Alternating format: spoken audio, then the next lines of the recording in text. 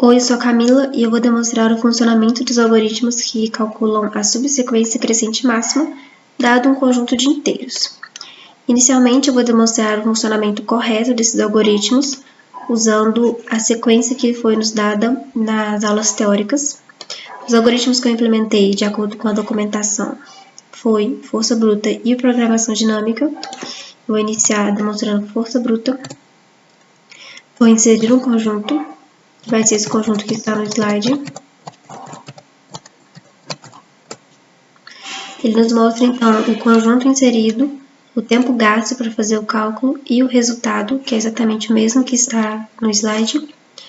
E esse print do conjunto inserido e do resultado, ele não altera o tempo gasto para fazer o cálculo, porque eles são individuais, né? Agora eu vou demonstrar a programação dinâmica. Inserir um conjunto também, vai ser o mesmo conjunto.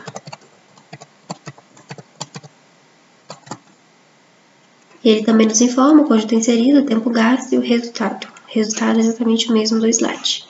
Isso foi só para demonstrar o funcionamento correto desses algoritmos. Bom, agora eu vou estar mostrando a execução dos algoritmos com a quantidade máxima de elementos que eu encontrei que eles conseguem executar em até 5 segundos.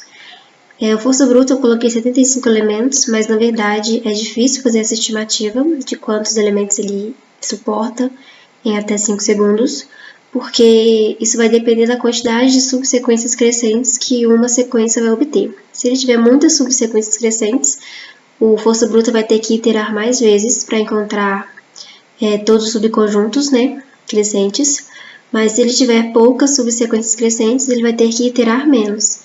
Então, na verdade, é um valor bem variável. Eu coloquei 75 porque é um número que eu consegui enxergar que ele raramente ultrapassava a margem de 5 segundos. Então, vou colocar aqui força bruta. Vou gerar um conjunto aleatório de tamanho 75. Ele conseguiu executar aqui em um tempo muito rápido de 153 milissegundos. Vou executar novamente força bruta, com o mesmo tamanho. Ele gerou o conjunto. E agora ele já demorou um pouco mais, demorou 2 segundos. E tem casos que ele demora 5 segundos, 7 segundos, ou menos de 1 segundo, como foi o primeiro. Então é variável. Mas o resultado dele sempre dá igual que o da programação dinâmica. Agora eu vou rodar o algoritmo usando programação dinâmica. Vou gerar um conjunto aleatório de 22 mil elementos, que é a quantidade máxima que eu encontrei que ele consegue executar em até 5 segundos. Ele já gerou o conjunto com 22 mil elementos, agora ele está executando. E em 4 segundos ele já conseguiu nos trazer o resultado.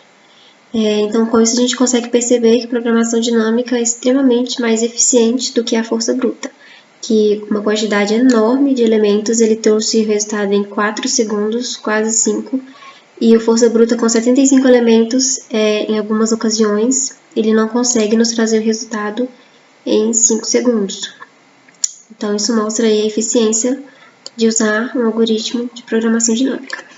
Bom, eu vou mostrar agora a implementação de cada um dos algoritmos. Esse algoritmo de força bruta, então, ele recebe uma sequência de inteiros e ele cria um array de arrays denominado subconjuntos, que é onde ele vai armazenar todas as subsequências crescentes que ele encontrar nessa sequência informada. E para ele gerar essas subsequências crescentes, ele vai pegar cada um dos elementos da sequência e formar os subconjuntos com esse elemento. E para cada um dos subconjuntos que ele formar, ele vai verificar se é um subconjunto crescente, e se for, ele vai adicionar a esse array subconjuntos. Se não for, ele simplesmente pula para o próximo subconjunto que ele vai gerar. E ele vai fazer isso até que a sequência esteja vazia, né? À medida que ele vai pegando elementos da sequência para gerar os subconjuntos, ele vai removendo também no final. Bom, então, tendo formado todas as subsequências crescentes, ele vai procurar a maior subsequência, ou então as maiores, dependendo da sequência, né, que foi informada. Então, ele vai fazer isso aqui neste for, percorrer todo todos os elementos do subconjunto e à medida que ele encontrar as maiores subsequências, ele vai adicionando aqui nesse vetor submáxima e depois ele retorna ele. E esse é o algoritmo usando força bruta para calcular a subsequência crescente máxima. Vou apresentar agora a implementação do algoritmo usando programação dinâmica.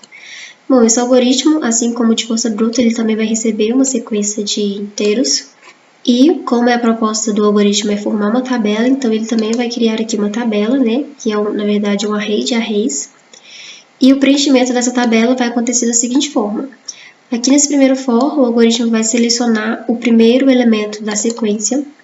E para esse elemento, ele vai percorrer toda a tabela, tudo que já foi produzido na tabela. E para cada uma das posições da tabela, ele vai verificar se ali existe uma subsequência válida para adicionar o elemento que foi selecionado aqui em cima nesse for. Se for uma subsequência válida, ele vai então verificar se é a melhor subsequência encontrada até o momento. E se for a melhor subsequência, ele vai atualizar essa variável de posição do melhor candidato para receber, né, a posição daquela melhor subsequência. Mas se tiver encontrado uma outra subsequência melhor, então ele não vai atualizar essa variável aqui. Então, tendo percorrido toda a tabela, o algoritmo vai ter, então, na posição de melhor candidato, ou a posição da melhor subsequência que ele encontrou para adicionar esse elemento, ou o valor menos 1. Se ele tiver esse valor menos 1, significa então que ele não achou nenhuma subsequência para adicionar o elemento, então ele vai ser adicionado sozinho no final da tabela. Agora, se ele tiver encontrado uma subsequência boa, uma subsequência válida para adicionar esse elemento, então ele vai adicionar o elemento no final da subsequência e vai adicionar essa nova subsequência no final da tabela. E aí ele reseta aqui a variável de posição de melhor candidato e volta lá para o for de cima, agora reiniciando o processo com o próximo elemento da sequência. E assim ele vai fazer até que ele chegue ao final da sequência. Tendo chegado ao fim da sequência, então a tabela vai estar preenchida e o que resta fazer é procurar a maior subsequência crescente que o algoritmo formou. Mas pode ser também que ele encontre duas maiores subsequências crescentes. E é por isso que tem esse array de arrays aqui, chamado submáxima, onde vai ser armazenados as maiores subsequências crescentes. Ou a maior, né, dependendo aí do algoritmo. E por fim ele vai retornar esse array com as subsequências. E esse é o algoritmo de programação dinâmica.